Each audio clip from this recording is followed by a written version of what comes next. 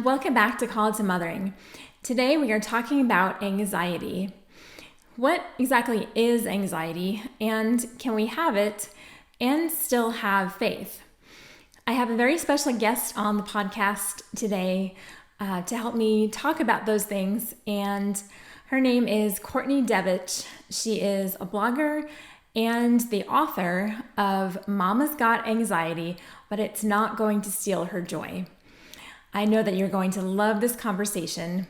But before we get into that, please subscribe to my channel if you haven't already and ring that notifications bell so you know anytime I upload a new video.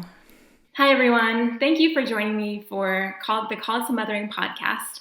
Today, I am so excited to have Courtney Devich on the show, joining me here to talk about something that a lot of moms struggle with, and a topic that can be a little bit of a taboo, which is anxiety.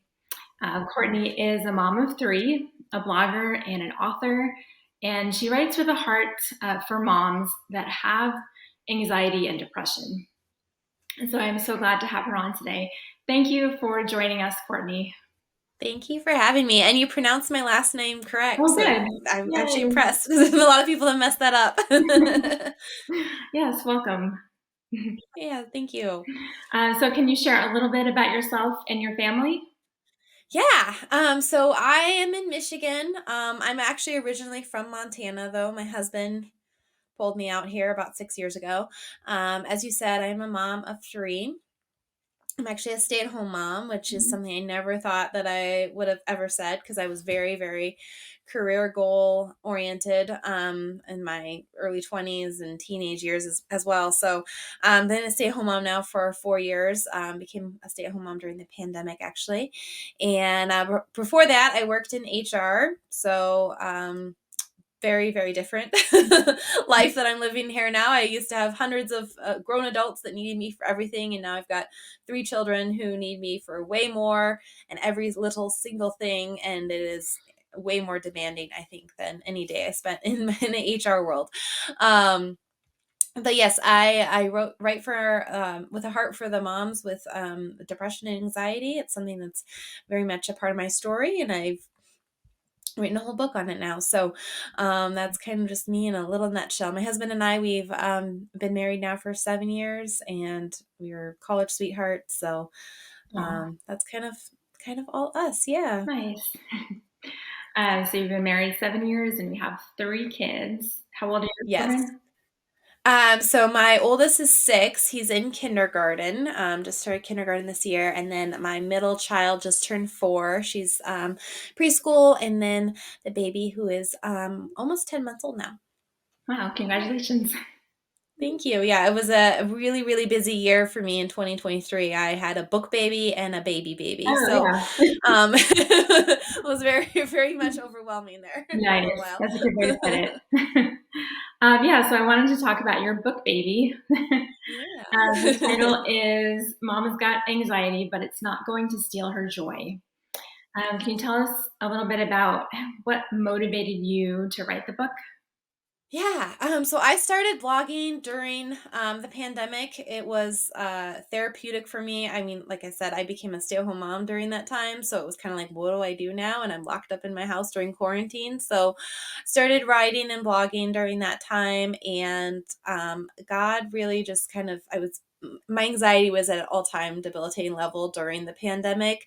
I had difficult pregnancy leading up into that period of my life, with a high-risk pregnancy and then pandemic. And I had spent a week in the pediatrics unit with my daughter, my middle child, around that time. And so my anxiety just kind of kept getting heightened with motherhood. And then you put in a pandemic and it was just over the roof. So I was actually in the middle of a panic attack that God nudged me to start writing about it. And I was like, I just want to, write about motherhood and the joys of motherhood. And then it's like, okay, you want me to write about anxiety? Like, that's just like really hard topic for me right now. And I'm in the middle of a panic attack. Like, it was just like, I don't think I can write about this. It's a very vulnerable topic.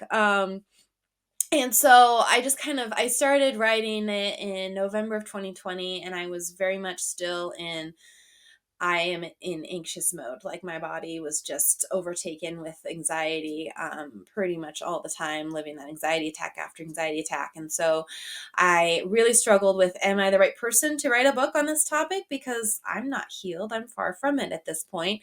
Um, and that's when I started realizing that my anxiety had stolen my joy from me in motherhood. I had just become a stay-at-home mom. I should have been enjoying it. I should have been savoring this time at home with my littles, because the world had slowed down and shut down. Like, I should just be enjoying all of it, instead of like disinfecting everything and Right. like freaking out about every little thing. And so that's when the book sort of became about taking my joy back from my anxiety, to no Okay. longer being consumed with a debilitating anxiety, and being able to cope with my anxiety to the point where I can enjoy motherhood again and life in general. So that's really where the book was born from, and that's sort of where it originated. And then I really sort of identified what are the feelings, the symptoms, and the lies that we believe as moms with anxiety. And so the book is broken out into 12 chapters, with each chapter focusing in on a different feeling of anxiety. So whether it's my anxiety has become worse since I became a mom, or we're dealing with the fear of something bad happening to our children, panic attacks, not being able to sleep at night, feeling like a failure because of our anxiety, even like fears about like what if my children have anxiety someday. And so I tackle all of that in the book. And again, some of them are just straight up symptoms of anxiety. Some of them are lies that Satan tries to tell us, or that we tell ourselves even. So that's really kind of the heart behind the book, and kind of where it was born from. That sounds incredible. I wish that someone had written a book like that when my kids were little. Yeah, yeah, They're 12 and 15 now. yeah. But I went through a period of postpartum depression and Hmm. also postpartum anxiety. And Yeah, I've struggled with anxiety since as long as I can remember. yeah, And it yeah, did, like you said, it ramped up, it increased yeah. after both of my children were born. Yeah, Um, yeah, I've experienced it. I would say, like, I wasn't formally diagnosed until I was 19, but throughout my entire childhood, I could see it there very much so. And then, yeah, becoming a mom at 26, and then again at 29, and yep. So, most definitely. And postpartum depression has been a part of my story as well. So I totally feel for you there. yeah. What are some ways that you suggest in the book to that we can overcome or cope with anxiety as moms? Yeah. Yeah. So, one of them that I really love is being able to talk back to your anxiety. So I kind of like have this little like mock conversation of, between me and my anxiety, that I do in the book, and parts of it's funny, but really it is like how it plays out in your mind a little bit of like, so for example, recently I wanted to take my daughter to Disney on Ice for her birthday, and I was really not loving the idea of going into Detroit by myself with my little girl. Just because, I mean, not that I think it was like a dangerous part of the city or anything, but like, I'm from Montana. I'm a small town girl here, living in a lonely world here, if we're going to quote Journey, the Journey song. But, so I just had a little bit of anxiety about that. Like, okay, I don't really want to do this, but I want to take her. And so being able to then rationalize within myself and talking back to my anxiety, like, okay, no, this is like the facts of the matter here. Like, okay, I can go to an earlier in the day show. We can go to the show at 11 a.m. when it's still light outside. Here I can get into a parking garage that's really close to the arena and not have to walk as far in downtown Detroit by myself. Like, being able to sort of talk back to the anxiety, the lies that anxiety was trying to feed to me, and why I shouldn't go, and being able to rationalize within myself, like, no, these are the facts. This is truth. And God is going to watch out over us. This should not, in any way determine whether or not we get to go and have this joyous experience, and not, dictate our our birthday celebration. So that's kind of just a little bit of an example of just being able to talk back to your anxiety and rationalize it within yourself. I also developed a acronym that I write about in the book when you're dealing with worry and obsessive thoughts. So the acronym is worry. It's very, very clever there. But the W stands for Word of God. So obviously, being in Scripture every day, knowing what it is that God has to tell you about your anxiety. He tells us, do not fear hundreds of times in His Word. So being able to cling to those verses when anxiety starts coming up. O is observe the thought. So really, like, is it a rational or irrational thought? Does it determine your, course of action on this, or does it need to be stealing your joy in this moment, or, robbing you of your sleep if you're up in the middle of the night worried about something? The first R is retreat from it. So guard your mind, get out of there and go somewhere else. Especially if it's just sometimes those worrying thoughts, it's just kind of like a loop in our minds that never turns off. So retreating from the thought. And then the second R is request, which really you're going to pray about it. I needed another R in there. So prayer and taking the worries to God. And then the Y is you're not alone. That's something I preach about multiple times throughout the book. There are other worrisome mamas out there, and Jesus is obviously always with you. So you are never truly alone. So that's those are two of the ways that you can deal with just kind of the everyday anxiety. If you're like really find yourself in like I'm going to have an anxiety attack or panic attack, breath prayers are really, really helpful. It's that science and the Bible meeting up to help combat your anxiety. So taking that deep breath in, when I'm afraid, I put my trust in you, and reciting a verse or a prayer in there. And it actually, those deep belly breaths tell your parasympathetic nervous system, like, hey, there's no threat around right now. I don't need to be anxious right now. There's nothing, I'm not in danger. You can just chill out. Okay. Wow, those are really good. Yeah. It help a lot. Yeah, I like the worry acronym.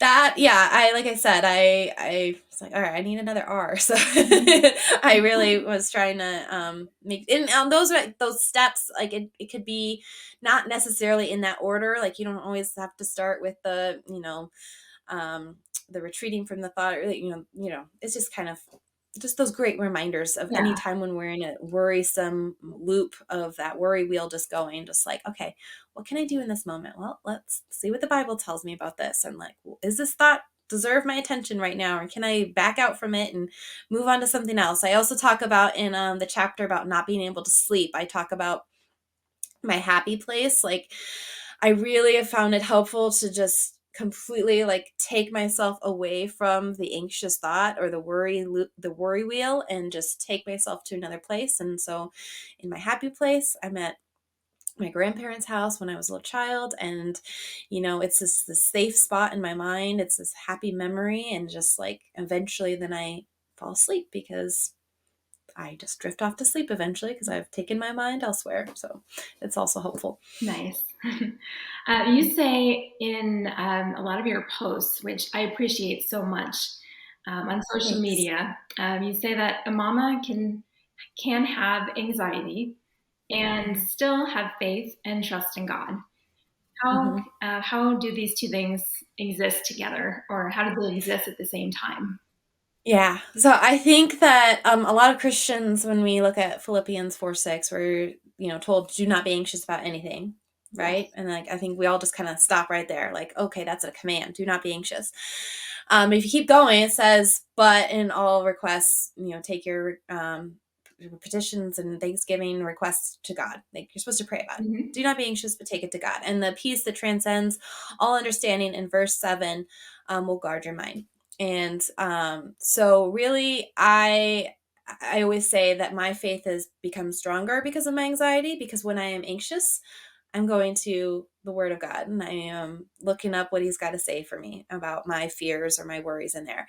I am praying to God with this worrisome heart, and I'm turning on that worship music and like taking my mind elsewhere and taking it all to Him.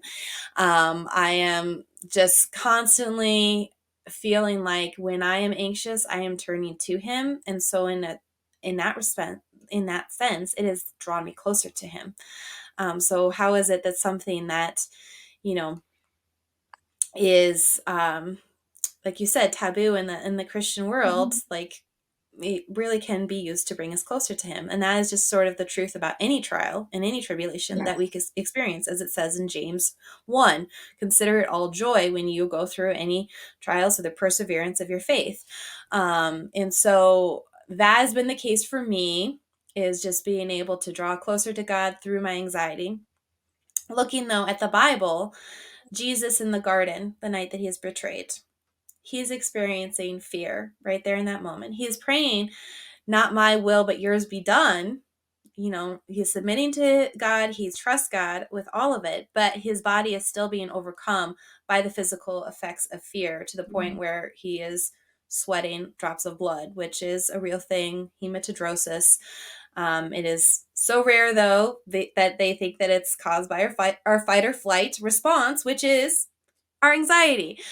So the physical effects of anxiety are still real, and yet his faith is obviously still there, because he is Yes. God himself, and he is submitting his, submitting it all to God's will. So, um, just looking at just my own personal story, and I know of so many other moms that just like, it's like, I believe and I have faith, I know I do, but my brain still can't turn off. And that is because we are whole beings of body, mind, and spirit. And we've got brains that are broken and that are just kind of turned up a little bit too high with that amygdala. And we've got that fight or flight response hormone just coursing through our bodies a little bit more than anybody else. So, um, that's how I experience it, and that's how I look at it. It's a Mhm. mental illness, and a lot of people, I know so many people that have been drawn closer to God through their illnesses. And so an illness of the brain is still an illness Yes. of the body. Yeah, I'm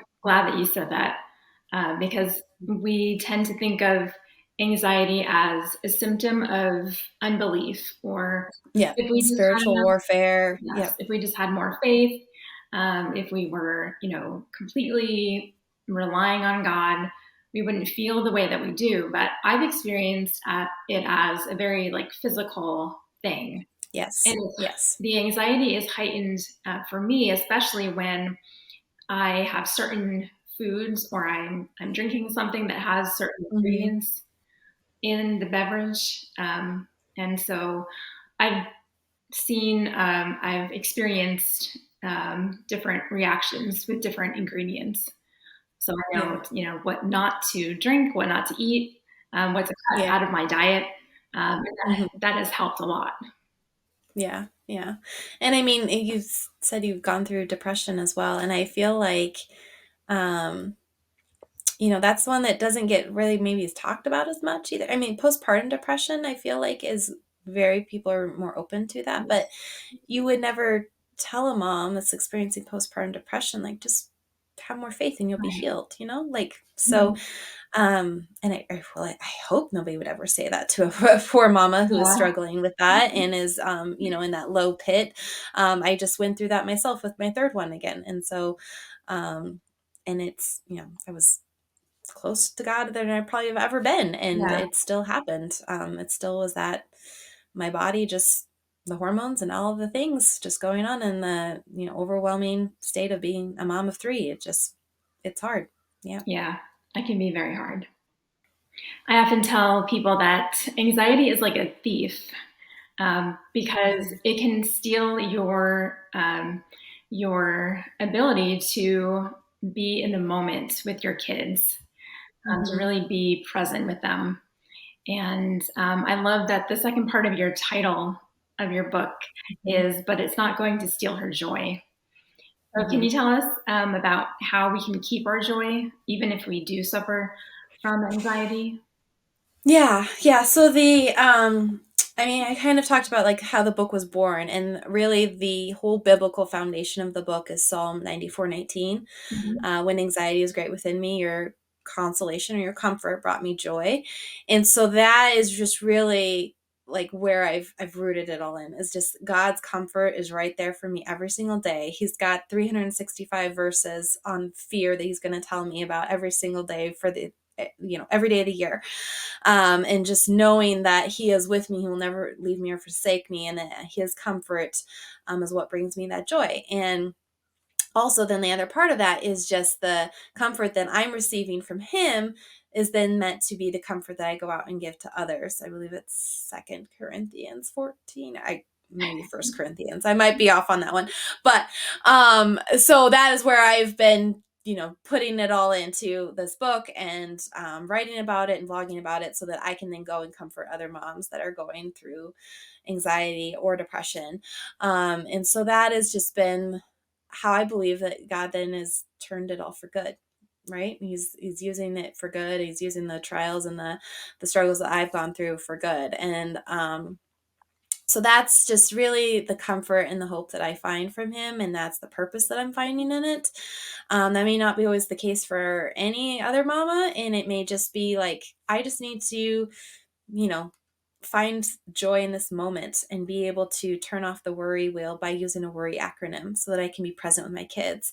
Or if I am like really just irritable on the edge because my anxiety is heightened and my kids are yelling and screaming and need me for every single thing, like I need to stop in this moment and do a breath prayer so that I can calm down and get myself collected before I snap and steal this joy out of this whole morning because mom's angry and snapping at the kids. So that's where it just, all of those little tactics and all of the little biblical encouragement and hope that I put throughout the book, and it's all sprinkled in there, can help the mom be able to cope so that it's not stealing her joy in this moment and in this day or in her motherhood at all. And just really knowing, I write about it in the conclusion of the book, that like anxiety doesn't get to define us. It's a footnote in our story. And yeah, God can use it for good or use it to bring us closer to him or to grow our faith in and trust in him. But really, it is not the boss of us. We only report to God. And so just really knowing that, anxiety in motherhood is debilitating. It can be, but we don't have to let it be, and we don't need to let it steal our joy, because it's always about bringing it back to him and receiving that comfort from him. Yes, that's great. I love that. Thank you. Where can people find you and get a copy of your book? Yeah, so the book, Mama's Got Anxiety, But It's Not Going to Steal Her Joy, is available wherever books are sold. Amazon, Barnes & Noble, Books A Million, Christian Book, Baker Book House as well. And I am over on Instagram and Facebook. I'm at Courtney Devich Author, and then my website is courtneydevich.com. Awesome. Thank you so much for being here, Courtney. I Thank you. really appreciate you taking the time to come on the podcast. And thank you so much for writing your book too. I mean, I know that it's going to help so many moms and encourage them, and no matter what stage of motherhood they're in. Yeah. I write a lot about sort of my own motherhood experience, and like I said, I'm sort of in that mom of little stage, but I have received lots of feedback from moms of all seasons that have loved the encouragement in there too, and the wisdom. So yes, that is my prayer. It was a book that was like, oh, I've got anxiety about having my, writing an anxiety book, because wow, do I get vulnerable and share lots of stories in there. But it's been just the feedback that I've gotten is just like, I thought I was the only one who had these thoughts. Like, just putting it out there and putting the whole story out there is just let other moms know that they're not alone. There's another mom right out here, here that has the same thoughts and worries. So yes, that is my prayer for all the mamas out there with anxiety, is that we're not going to let it steal our joy from us. Yeah. Well, thank you so much. I appreciate it. And all the work that you do, all the words that you write on Facebook. I follow you there, and I'm really encouraged by everything that you put out there. So thank you. Thank you. I appreciate it.